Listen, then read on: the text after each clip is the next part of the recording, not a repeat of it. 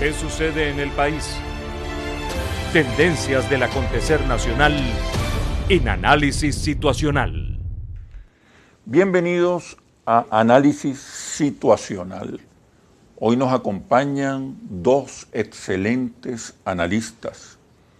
Marco Terucci, periodista, sociólogo, escritor, y Damián Alifa, sociólogo, investigador, miembro de la sala situacional del grupo Interlaces. Bienvenidos. ¿Cómo están? Bien, bien. Gracias por la invitación. Casi nunca los veo con saco. Exclusivamente Siempre para hay, este programa. siempre hay Una primera vez, claro. Mire, bueno, creo que uno de los acontecimientos más relevantes de esta semana fueron los resultados electorales en Bolivia, el triunfo del MAS y de los sectores populares indígenas, la recuperación del poder, la derrota de la tentativa dictatorial sobre Bolivia. Me gustaría que pudiésemos hacer un análisis sobre por qué Bolivia llega hasta allí, llega hasta un golpe de Estado, y cuáles fueron los aciertos que permitieron el regreso del MAS al poder. ¿Qué crees tú, Marco? Bueno, sobre las causas, primero diría que el golpe de Estado agarró a muchos por sorpresa, pero que en realidad había ya elementos preparándose, elementos del orden de lo nacional y de lo internacional.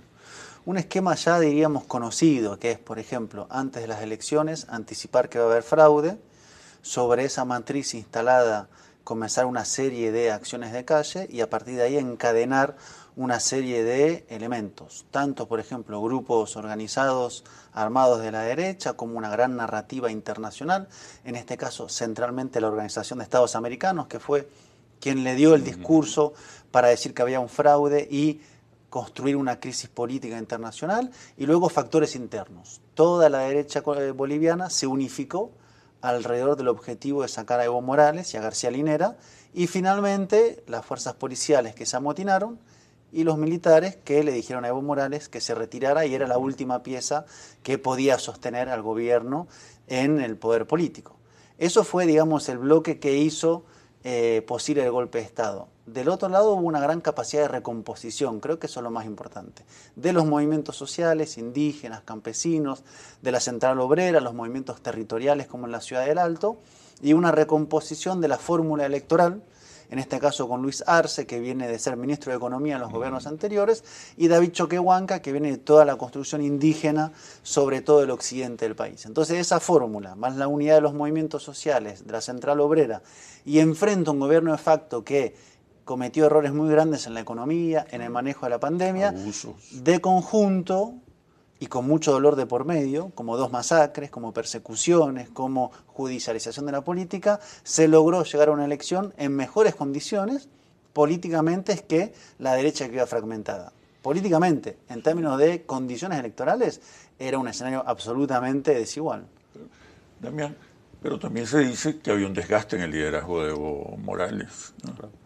Y incluso una ausencia o un debilitamiento de la voluntad de poder por parte de Evo y de quienes lo acompañaban. ¿Qué crees? Sí, yo creo que el tema del retorno de los movimientos sociales en Bolivia al poder deja varias lecciones, ¿no? De alguna u otra manera muchos analistas estuvieron hablando que Arce tenía un techo, y ese techo estaba compuesto por los resultados electorales de Evo Morales en el 2019. Sin embargo, Arce logra superar ese techo. ¿Qué significa eso? Solamente es un castigo a la gestión de Áñez, que evidentemente hubo un rechazo, una condena a todo lo que significó el gobierno de Áñez en términos de revanchismo, en términos de persecución, pero también es muy interesante valorar la campaña de Arce. Arce lanza una campaña donde, digamos, el eslogan principal de la campaña es "Saldremos adelante". En un estudio publicado sobre las palabras más frecuentes que usa Arce durante la campaña, se habla de estabilidad económica, tranquilidad, retorno a la paz y rectificación de nuestros errores. Esas son las palabras más repetidas durante la campaña de Arce. En ese sentido, bueno, es una campaña conciliadora, es una campaña que admite errores, que plantea una recomposición, que pone una mirada sobre el futuro y que trabaja sobre las expectativas de un sector blando. Coloca a Evo en la retaguardia. Coloca a Evo en la retaguardia y de alguna u otra manera reconecta también con las bases duras digamos, del movimiento del MAS cuando hace su retorno al llano, lo que se llamó el retorno al llano, pero también le habla a sectores blandos, a nuevas subjetividades, a nuevos sectores que no se sentían del todo identificados con la propuesta de Evo, con la propuesta reeleccionista, y de alguna u otra manera logra ampliar, ensanchar el horizonte político del proyecto boliviano. Hay una nueva alianza de clases. Sí, sin duda. Que va más allá de los sectores tradicionalmente afectos al MAS. Sí, y sobre todo un tema generacional. También está presente en las elecciones. En estos momentos, si antes se hablaba de intervalos generacionales de 10 años, hoy los intervalos generacionales son mucho más cortos y amerita una renovación constante de los proyectos políticos, mucho más rápida, mucho más audaz, mucho más imaginativa, mucho más creativa. Los retos para este nuevo gobierno de Arce. Bueno, el primer reto... En cuanto a alianzas, las Fuerzas Armadas, la policía, la derecha. El primer gran reto que tiene presente, bueno, es el tema de la toma de posesión y de los sectores radicalizados en Santa Cruz, que se están organizando, cantando fraude y que están, bueno, de alguna u otra manera generando ya un conjunto de movilizaciones reaccionarias. Pero están muy localizados. Muy localizados, pero sigue siendo, bueno, de alguna u otra manera evoca el pasado de la media luna y de todos esos movimientos, pero también, bueno, el otro gran reto es el tema de la pandemia y los efectos económicos que ha generado la pandemia para ese país. Y bueno, también el tema de la gestión de intereses en términos de las Fuerzas Armadas, de la policía y de algunos otros grupos donde evidentemente va a ser necesario llegar a acuerdos políticos. Los retos, en tu opinión, que tiene el nuevo gobierno de Arce. Bueno, en primer lugar señalar que está ganando, por lo que se sabe, hasta la confirmación, que ya es segura, de 25 puntos de diferencia. Sí. O sea que sumando los votos del segundo y el tercero, Arce tiene igual una victoria por amplio margen. Sí. Eso evitó que se desencadenaran escenarios que estaban ahí latentes, ¿no? O sea, se llegó a la votación con el ministro de Gobierno, Murillo, amenazando con muertos, con cárceles, con aviones. Ahora, lo que tiene Arce, y lo primero que planteó es la economía, está claro, es su gran valor. Ahí tiene una fórmula parecida a la Argentina en cuanto a lo discursivo de reactivación de la demanda interna, los bonos, los salarios. Alianza con el empresariado. Reactivación de la producción, sustitución de importaciones, impuesto a las grandes fortunas y una reestructuración de las relaciones. Inversión extranjera. Eso sí, y eso de hecho es lo que venía haciendo el gobierno anteriormente, todo el desarrollo industrial del litio, por ejemplo, un desarrollo, digamos, en clave nacional, con inversiones extranjeras de varios países, que era un modelo exitoso. O sea, en los últimos años Bolivia venía creciendo a 4,6%, digamos. Por eso, de hecho, el golpe costó ser anticipado, ¿no? Porque si había estabilidad económica, incluso con los sectores de Oriente, de Santa Cruz, ¿por qué había que darle un golpe a Evo Morales? Esa es la principal pregunta que sigue dando vueltas. Ahora bien, hay que estabilizar la economía, dar respuesta a las necesidades en una estructura económica muy informal, como es la de Bolivia, en una pandemia donde todavía no hay vacuna.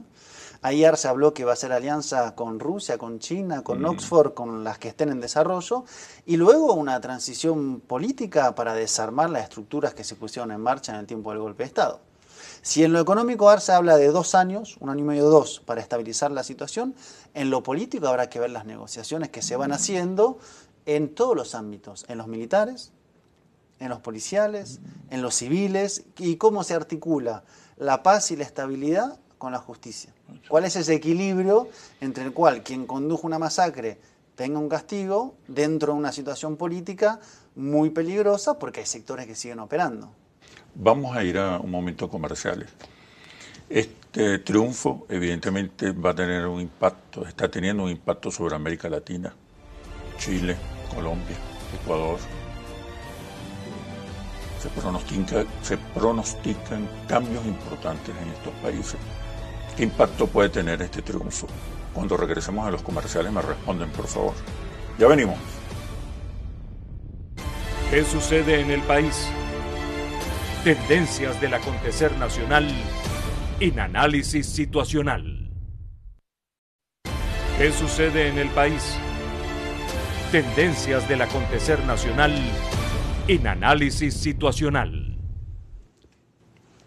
Les preguntaba qué puede ocurrir, qué impacto puede tener lo que ocurrió en Bolivia en el resto de América Latina, específicamente en Chile, Colombia, Ecuador, Argentina misma y también Venezuela. Yo agarraría una fotografía, la fotografía del fin de semana del 17 y 18 de octubre.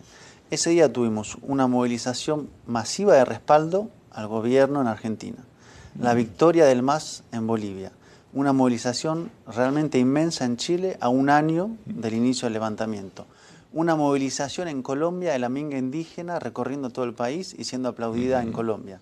¿De qué nos habla esto? Nos habla de un continente que está en disputa, nos habla de toda una serie de movimientos, sea para acceder al gobierno, sea para conseguir derechos o para cuestionar el orden, como en el caso de Chile, que están impugnando al neoliberalismo, ¿no? Y esto viene el año pasado. El año pasado, recordemos que antes de la pandemia, terminó con el levantamiento en Chile, en Ecuador, en Colombia. Entonces, hay una gran disputa. La victoria de Evo Morales trae mucho, de Luis Arce y del MAS, trae mucho oxígeno al continente en cuanto a que hay un nuevo actor muy importante en el mapa de fuerzas progresistas latinoamericanas, y también eso en lo subjetivo indica que, bueno, esta avanzada de la derecha, que viene siendo muy agresiva, por ejemplo, con la utilización del poder judicial, mediático, político para perseguir, como en Ecuador, tiene frenos. Y hay iniciativas y hay capacidad de reversión. Entonces, el mapa no está para nada estático.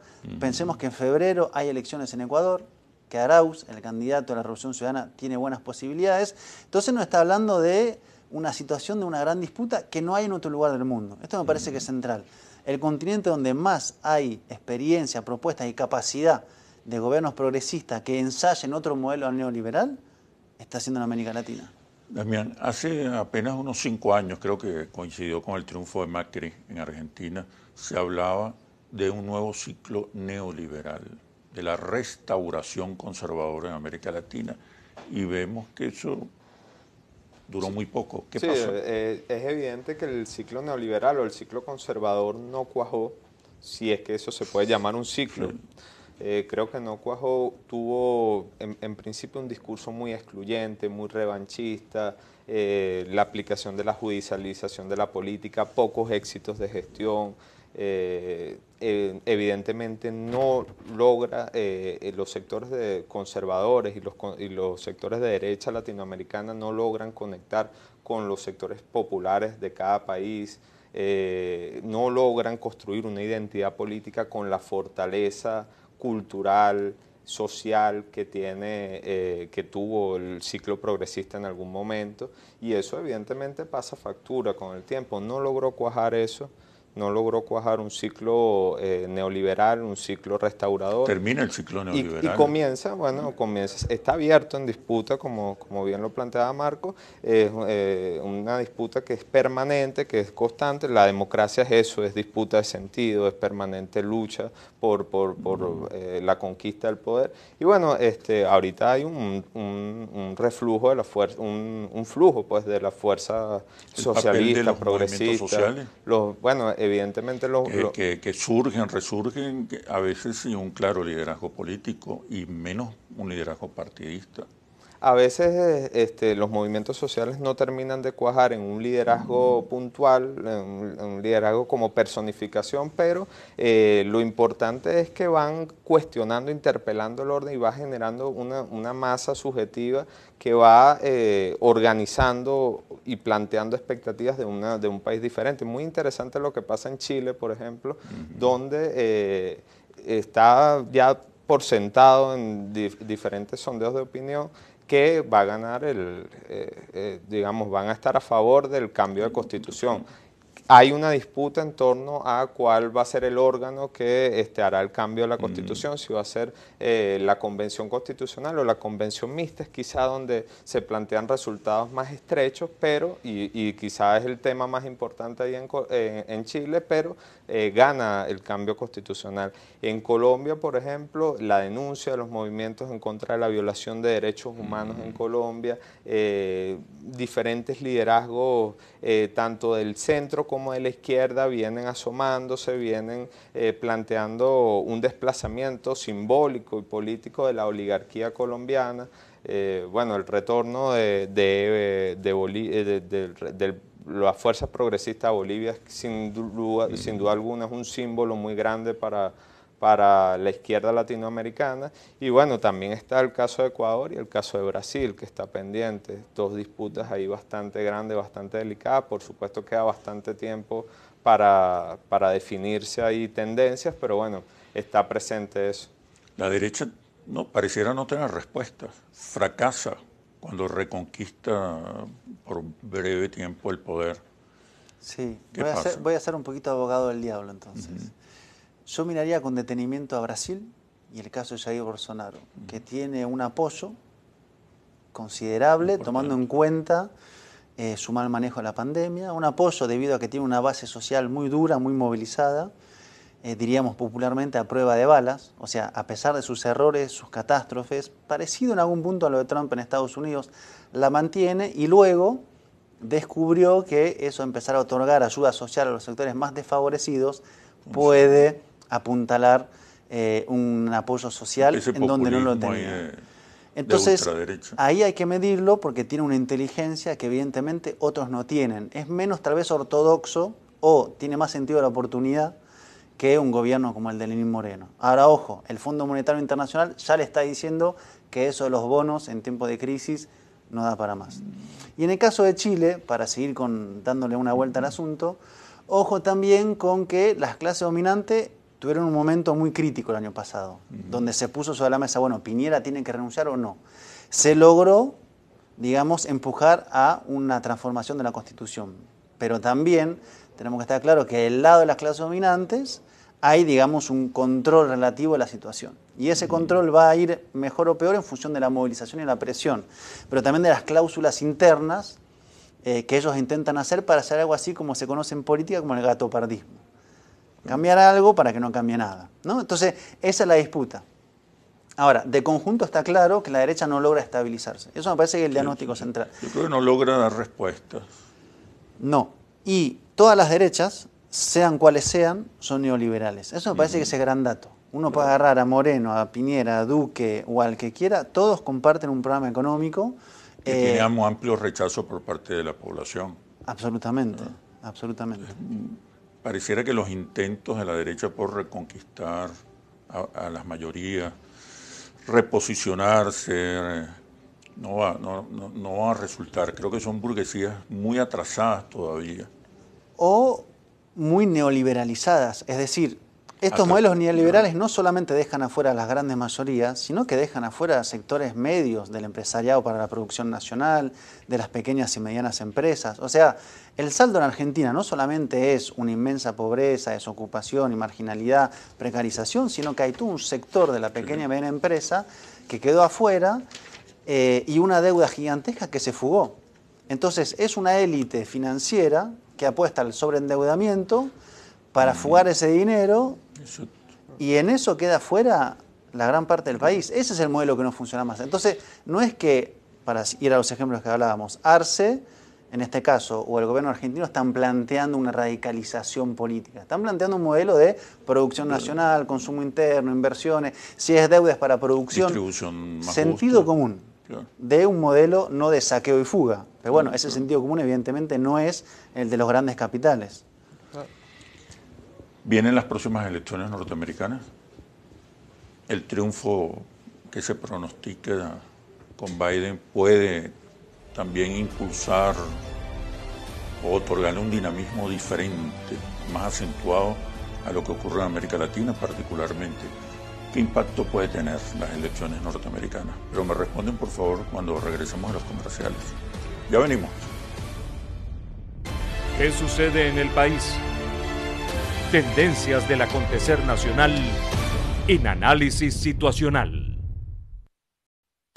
¿Qué sucede en el país? Tendencias del acontecer nacional en Análisis Situacional. Les preguntaba acerca de las elecciones en Estados Unidos, su impacto sobre América Latina en este contexto de, digamos, de resurgimiento, de reimpulso de las fuerzas progresistas en el continente. Se habla que, por ejemplo, que un triunfo de Biden puede ayudar a una reapertura en las relaciones con Cuba, a un replanteamiento de las relaciones con América Latina, el cese en alguna medida de la injerencia descarada en nuestros asuntos, el retiro seguramente del respaldo al diputado Guaidó. ¿Qué crees tú, Damián? Bueno, en primer lugar creo que hay que decir que Trump tuvo una política muy conservadora, muy torpe, una política exterior muy torpe hacia América Latina, de mucha confrontación, sobre todo con los países, los gobiernos progresistas, y eso, bueno, generó ciertos vínculos de unidad, de fraternidad, de solidaridad entre la izquierda, lo logró estrechar más y, por supuesto, de resistencia. Para tener un paréntesis, más del 80% de los venezolanos rechazan las sanciones. Cerca de 7 de cada 10 venezolanos tienen una opinión desfavorable del gobierno de los Estados Unidos. Más del 80% piensa que las sanciones afectan a todos los venezolanos y no a los funcionarios. Es decir, también ha despertado un sentimiento anti-norteamericano importante. Sin lugar a dudas, el tema de las sanciones financieras contra Venezuela, el retorno a una política tradicional contra Cuba, el tema de la política hacia Nicaragua también, las amenazas que ha sufrido Nicaragua con respecto a la política exterior de Estados Unidos, el caso de Bolivia. El golpe de Estado en Bolivia. Sin lugar a dudas fue una política muy torpe. ¿Biden significa un cambio sustancial en esa política? No lo sabemos. Quizá el tema más importante que está en la promesa de Biden, de la promesa electoral de Biden, es el restablecimiento de las relaciones con Cuba, como había ocurrido con Obama. Es quizá un cambio, un viraje muy importante en la política exterior de los Estados Unidos hacia América Latina. A partir de ahí puede haber un acercamiento o un intento de aislamiento. No lo sabemos, no sabemos cuál va a ser las jugadas que hay detrás de eso. Ciertamente hay sectores que están jugando a una salida, a una solución pragmática con respecto al tema de Venezuela, como son los bonistas norteamericanos, como son las industrias petroleras norteamericanas. Se habla de un regreso de Shannon al Departamento de Estado como una política más... una política con acento diplomático, más que injerencista. Sin lugar a duda hay personas que primero, haciendo un balance de lo ocurrido en estos 4 años con respecto a la política exterior de los Estados Unidos con Venezuela, plantean que es necesario revisar muchas cosas, cambiar, reorientar la política, pero también hay sectores que buscan una salida pragmática y están presionando. Los bonistas se están organizando para una solución pragmática con respecto a Venezuela, para entendimiento y pacífica, que implique entendimiento con el gobierno de Nicolás Maduro, que implique negociación. Lo mismo las empresas petroleras norteamericanas que necesitan un acuerdo, una regularización entre los dos países. La OEA, ¿cómo queda después de lo que ocurrió en Bolivia? Hace poco México denunció ante la Asamblea de la OEA al señor Luis Almagro por promover, respaldar un informe manipulado, tendencioso sobre el fraude en Bolivia en el 2019. ¿Qué va a pasar con la OEA de ganar Biden? Bueno, yo primero plantearía la política que nosotros deberíamos tener como América Latina, que es reconstruir los instrumentos propios. Es decir, la OEA hace mucho que está, pero me parece que recobró centralidad porque la estrategia de debilitar la integración latinoamericana funcionó. O sea, no tiene por qué tener centralidad la OEA, tiene que tener centralidad la UNASUR o la CELAC. Eso es lo que nosotros tenemos que hacer. Y luego me parece, digamos, una campaña muy fuerte para un repudio y un pedido de renuncia a Almagro, que ha quedado expuesto, Increíble, en su participación activa en el golpe de Estado, del primer momento hasta el último momento. Ahora, tengamos claro que Almagro está sostenido por el Departamento de Estado, por eso su impunidad. O sea, Almagro no solamente abrió el ciclo del golpe de Estado, lo convalidó, sino que llegó a decir que el golpista era Evo Morales, para ver el nivel de cinismo que llegó a tener. Sí, y en el caso de Venezuela ha sentado a un, entre comillas, representante de un, entre comillas, gobierno en la mesa de la OEA. O sea, una situación que no responde a un mínimo de mirada diplomática, de derecho internacional. Eso hay que acorralarlo, eso me parece que es una tarea latinoamericana, reconstruir la política propia. Tenemos mejores condiciones ahora que en otro momento. Luego, respecto a Biden y Trump, yo creo, para decirlo de forma muy sintetizada, que hay objetivos comunes con métodos diferentes. Entonces, a partir de ahí se abren posibilidades diferentes. Si uno ve en el caso de Venezuela, para ir a lo concreto que se estaba hablando, bueno, si uno sigue, por ejemplo, las publicaciones de espacios de pensamiento ligados a los demócratas, va a encontrarse que hay un cuestionamiento a la política que viene llevando adelante Trump. La política del bloqueo, a punto de la asfixia, con un punto de quiebre, por ejemplo, cuando se planteó quitar el 10 a la Venezuela. Eso generó toda una serie de debates internos, entonces puedes encontrar artículos en el Washington Office para Latinoamérica, una nota editorial de Bloomberg, artículos en Reuters, en Washington Post. ¿Y qué plantean todos? Bueno, a Maduro hay que sacarlo, pero esto no funcionó. Por lo tanto, cambiemos de táctica, flexibilicemos y planteemos otro tipo de maniobra para un objetivo similar. Entonces, a partir de ahí es armar una política entre eso. Y después, seamos muy claros, si al frente de la política, no de la economía de bloqueo, hay personas como Marco Rubio o Elliot Abrams de una precariedad de estrategia política realmente asombrosa, lo más probable es que se llegue a este resultado. Ahora, ¿qué va a hacer una administración de Biden? Cambiar a los interlocutores y poner actores bastante más políticos y, diría yo, inteligentes para hacer política que estos que están al frente. Entonces, no es que, a mi modo de ver, baja el peligro, cambia el escenario. Pero el objetivo final, la estrategia, es la misma y por eso, de hecho, están presentando en el Senado una ley bipartidista para reconocer a Guaidó y desconocer las elecciones del 6 de diciembre. Sobre eso hay un escenario complejo, con más oportunidades, evidentemente, pase lo que pase, que las que hay ahora en plena campaña. Claro. Las grandes tendencias que podemos observar en América Latina, ¿hacia dónde va América Latina? Una mayor permanencia de los gobiernos progresistas, por ejemplo, un resurgimiento de los movimientos sociales que pudiesen convertirse en un poder ciudadano significativo, que equilibre, un rol más importante del Estado. Es decir, como decíamos al principio, en América Latina se están viendo signos mucho más acentuados, más reveladores, que tienen que ver con los cambios profundos que necesita el continente, que en otras partes del mundo. Entonces América Latina va realmente hacia un nuevo orden. Pero me responden, por favor, cuando regresemos a los comerciales. Ya venimos. ¿Qué sucede en el país? Tendencias del acontecer nacional en Análisis Situacional. ¿Qué sucede en el país? Tendencias del acontecer nacional en Análisis Situacional. América Latina. En principio, podemos observar el fin del ciclo neoliberal con mucha más claridad. Las derechas, en la oportunidad que tuvieron de reconquistar el poder, volvieron a fracasar, pero ahora de manera más contundente y rápida. Resurgimiento de movimientos sociales, reconocimiento del rol del Estado, respaldo a economías mixtas, profundización de la democracia. ¿Hacia dónde va América Latina? Damián. Sí, hay un fin del ciclo neoliberal y también un elemento muy interesante es que hay un segundo ciclo progresista. Y este segundo ciclo progresista contiene diferencias, rupturas con el primer ciclo progresista, o por lo menos pareciera que a eso apunta.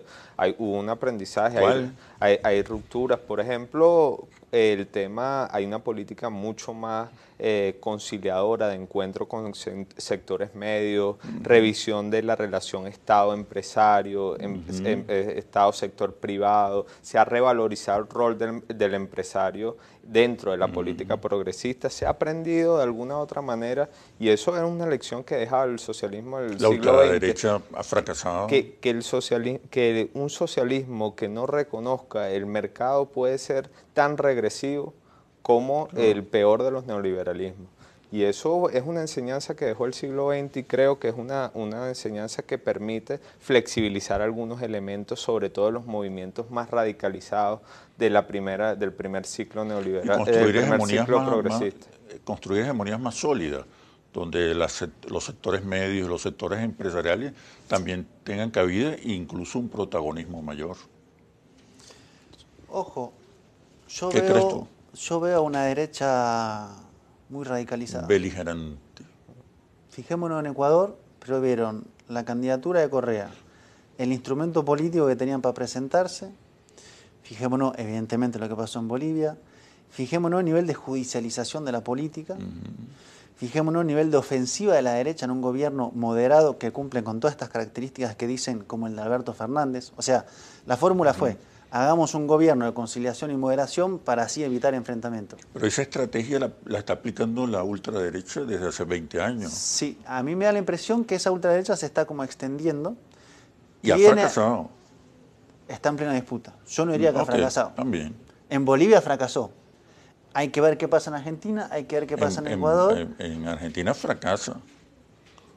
Sí, Pierde las elecciones Macri. por eso, perdió las elecciones. Ahora veamos cuál es Colombia, la táctica igual. que está despegando contra el gobierno de Alberto Fernández y Cristina Fernández. Hay un nivel de agresividad y un nivel de confrontación política que a mí me recuerda a la derecha más golpista venezolana.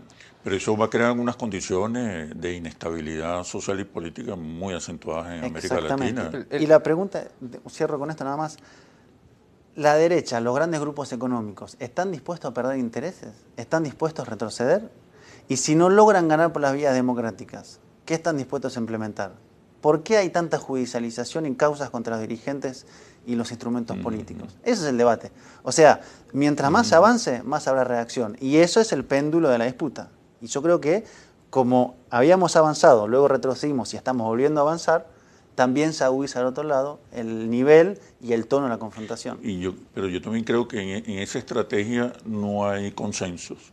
La derecha también luce muy dividida. Claro, y también hay una cosa que el primer ciclo progresista incorporó a las izquierdas a las clases políticas. Ya no son elementos marginales, ya no son grupos testimoniales de lucha puntuales, sino son parte de la clase política. Y como parte de la clase política requieren demostrar conquistas sociales, capacidad de mantener la estabilidad política de los países, de responder a las demandas sociales, de construir nueva institucionalidad, y eso, sin lugar a dudas, se tiene que hacer con algunos mínimos elementos de consenso, de negociación, de acuerdo, de entendimiento con el sector privado, de pragmatismo económico. Esos elementos tienen que estar presentes para poder construir una hegemonía estable. De lo contrario, América Latina se va a convertir en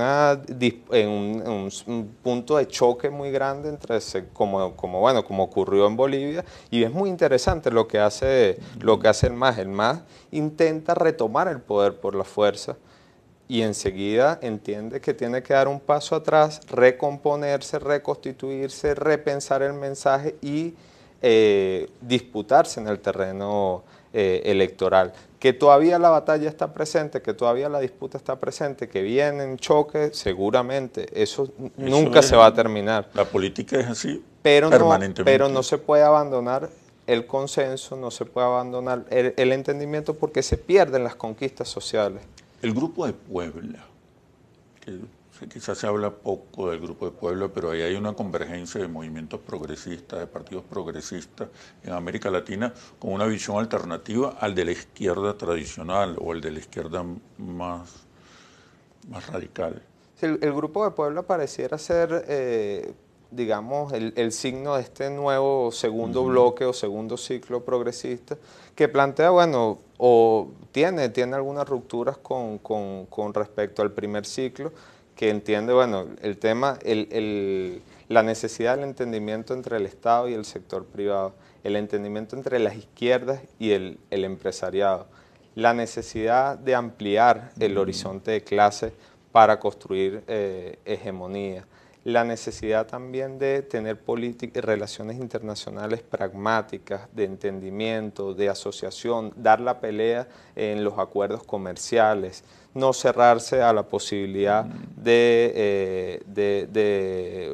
digamos, tener políticas económicas heterodoxas, pero también, bueno, entender que el Estado sigue siendo el rector fundamental de la política económica, que no se está cediendo de ninguna manera el modelo de inclusión social. El modelo de inclusión social es para ese sector un elemento de principios y no es un elemento que pueda ser negociado, cedido, pero bueno, sigue siendo digamos, un esfuerzo heterodoxo de renovación, de refrescamiento de las izquierdas en América Latina. Hay que ver hasta qué punto cuaja y en qué medida, bueno, se incorpora, ¿no?, Arce a este proyecto. La presencia cada vez más importante de China, y ya no solo una presencia económica, financiera, comercial. China está entendiendo que también su consolidación, su continuidad en América Latina tiene que ver con la disputa cultural, política e ideológica. ¿Qué crees tú? Pero por favor, cuando regresemos a los comerciales, ya venimos. ¿Qué sucede en el país? Tendencias del acontecer nacional en Análisis Situacional. ¿Qué sucede en el país? Tendencias del acontecer nacional en Análisis Situacional. Les preguntaba acerca de China y su influencia, que creo que se está moviendo de lo exclusivamente económico, financiero, comercial, está dando pasos hacia territorios más ideológicos, culturales, a la venta del modelo también, fuera de sus fronteras. Sí, hay un crecimiento. Con la pandemia, por ejemplo, hubo un crecimiento muy notorio, simbólicamente muy importante.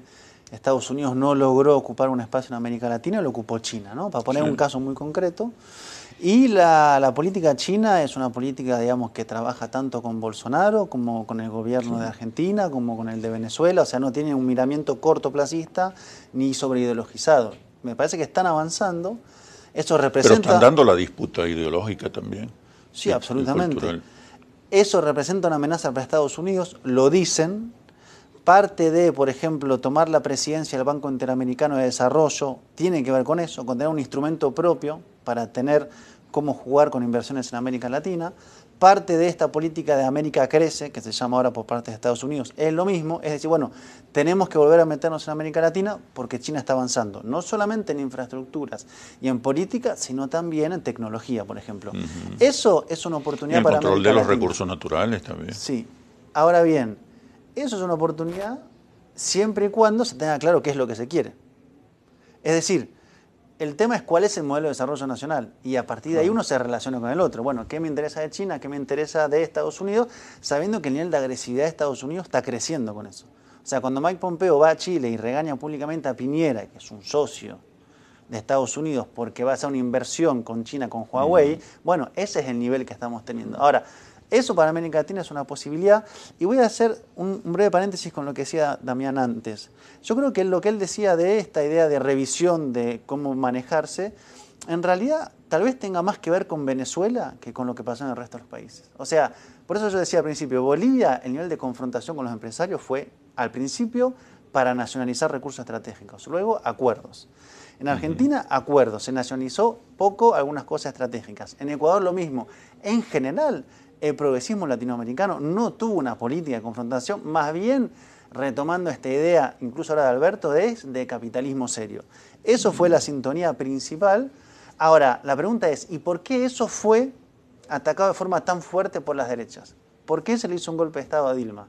Eso es lo que a mí me genera mucha pregunta. ¿Por qué incluso modelos de esas características fueron asediados de tal manera? A lo mejor no construyeron hegemonía, es decir, eran alianzas utilitarias, pero donde los sectores que se incorporaban no respaldaban el proyecto de país, la visión de país y de sociedad. Quizás ahí falló la fuerza progresista, Claro, y además que se relacionaron de manera utilitaria, pero no convirtieron a un adversario potencial en un aliado protagónico del proceso de cambio. ¿Qué crees tú? Además que creo que cuando se habla del empresariado también hay que hilar fino, ¿no? No se puede hablar de todo el empresariado, cuáles fueron los sectores que estuvieron en disputas, cuáles fueron los que promovieron golpes de Estado, no promovieron golpes de Estado. Y bueno, en el caso, por ejemplo, de Argentina, Argentina fue ciertamente atacada digamos, por la derecha. Sin embargo, en Argentina perdieron unas elecciones. Y hay una entrega pacífica y sin lugar a duda luego hubo intentos de judicialización que afortunadamente no prosperaron, pero en Argentina se pierden unas elecciones. ¿Qué pasa? Hay un proceso de desgaste en el discurso, en el liderazgo, en las propuestas, hay digamos, un candidato electoral que no termina de cuajar, que generó divisiones. Ese es un caso puntual. Ahí creo que no se pudiera hablar de, digamos, el mismo estilo de lo que ocurrió en Bolivia. ¿Qué ocurrió en Bolivia? Bueno, yo creo que en Bolivia pasa también que había el sector de Santa Cruz promovió un golpe de Estado con mucha fuerza. Hay una identidad en Santa Cruz muy fuerte. Bueno, de hecho, Arce pierde en Santa Cruz. Es una identidad política muy fuerte que, bueno, que creo que eso hay que meterle el ojo puntualmente. Venezuela, ¿qué puede aprender? ¿Cuáles son las lecciones que nos da América Latina para la revolución bolivariana? Bueno, yo creo que en Venezuela hace falta desde hace mucho tiempo una renovación del liderazgo, una renovación de las políticas, una renovación de los discursos y la necesidad también de un entendimiento. Llevamos 20 años de confrontación política, de hiperpolarización, de choque entre diferentes sectores de la sociedad. Es necesario pasar a un proceso de entendimiento, de negociación, de encuentro, de reconciliación nacional, de consensos, construcción de consensos, espacios para que sean, digamos, desaparecidos, espacios como el Parlamento, donde se encuentren ideas diferentes, plurales, donde se discutan puede leyes. ser un territorio de oportunidades. Sin lugar a dudas es necesario un viraje económico y creo que coinciden cada día más sectores del chavismo y más sectores de la oposición en la necesidad de un viraje. ¿Cómo se da el viraje? ¿Quién da el viraje? Sigue siendo objeto de disputa, pero sin lugar a dudas está ahí un debate necesario para el encuentro y ojalá sea la nueva Asamblea Nacional un espacio para eso. ¿Qué crees tú? ¿Qué podemos aprender? ¿Qué puede aprender la Revolución Bolivariana de todo lo que ha ocurrido en América Latina? Bueno, primero coincido con que efectivamente hay un proceso de acercamiento, sobre todo por la fragmentación de la oposición, que es una oposición ahora cada vez más mayoritaria, que va a presentarse a elecciones, está contra el bloqueo, hay ahí espacios de acuerdo, hay un discurso del gobierno desde hace un tiempo ya mucho más propicio a la idea del empresariado, de las inversiones nacionales, internacionales. El tema es cómo eso puede, digamos, construirse dentro de un acuerdo, donde finalmente la pregunta en Venezuela es una de las tantas. ¿Estamos ante un gobierno y una oposición? Es decir, en caso de perder el gobierno, ¿sigue una oposición? ¿O estamos ante un gobierno y un proceso político que tiene enfrente a un proceso de restauración que va a venir a ser una suerte de reseteo completo con todo lo que eso implica? Entonces, ahí el nivel del acuerdo es importante. No es lo mismo sentarse a dialogar con un precio de 15 millones sobre la cabeza que en un espacio de acuerdo sabiendo cómo sigue después. Entonces están todas las variables juntas. Lo que sí yo estoy de acuerdo es que hace falta oxigenar la política en términos generales. Yo creo que hay un sector grande de la población que tiene un desgaste, hay una pérdida de energía política y eso necesariamente implica repensar cómo se habla, con qué discursos. No voy a hacer, digamos, asesoría para la oposición, pero del lado del chavismo sí hay que, por ejemplo, a mi modo de ver, relacionarse de forma diferente, discursivamente, con los problemas que tiene la gente. Okay. O sea, abordarlos. Y está surgiendo una oposición, digamos, una oposición democrática, patriótica, nacionalista, que una oposición, que básicamente es una oposición que no está pensando en pedir a Estados Unidos que haga un bloqueo. Sí, sí. Eso es política, digamos. Lo que está viendo es un regreso a un terreno de la política. Esperemos que eso se traduzca más adelante en eso, en debate de ideas, confrontaciones de modelo, de proyecto, en cuestiones democráticas. Bueno, excelente, muy buena conversa, muy buen análisis situacional. Marco Terrucci, Damián Alifa, muchísimas gracias por este análisis situacional. A la hora. Gracias. Los espero en un próximo análisis situacional por Globovisión, el canal de la paz y la reconciliación. Hasta pronto.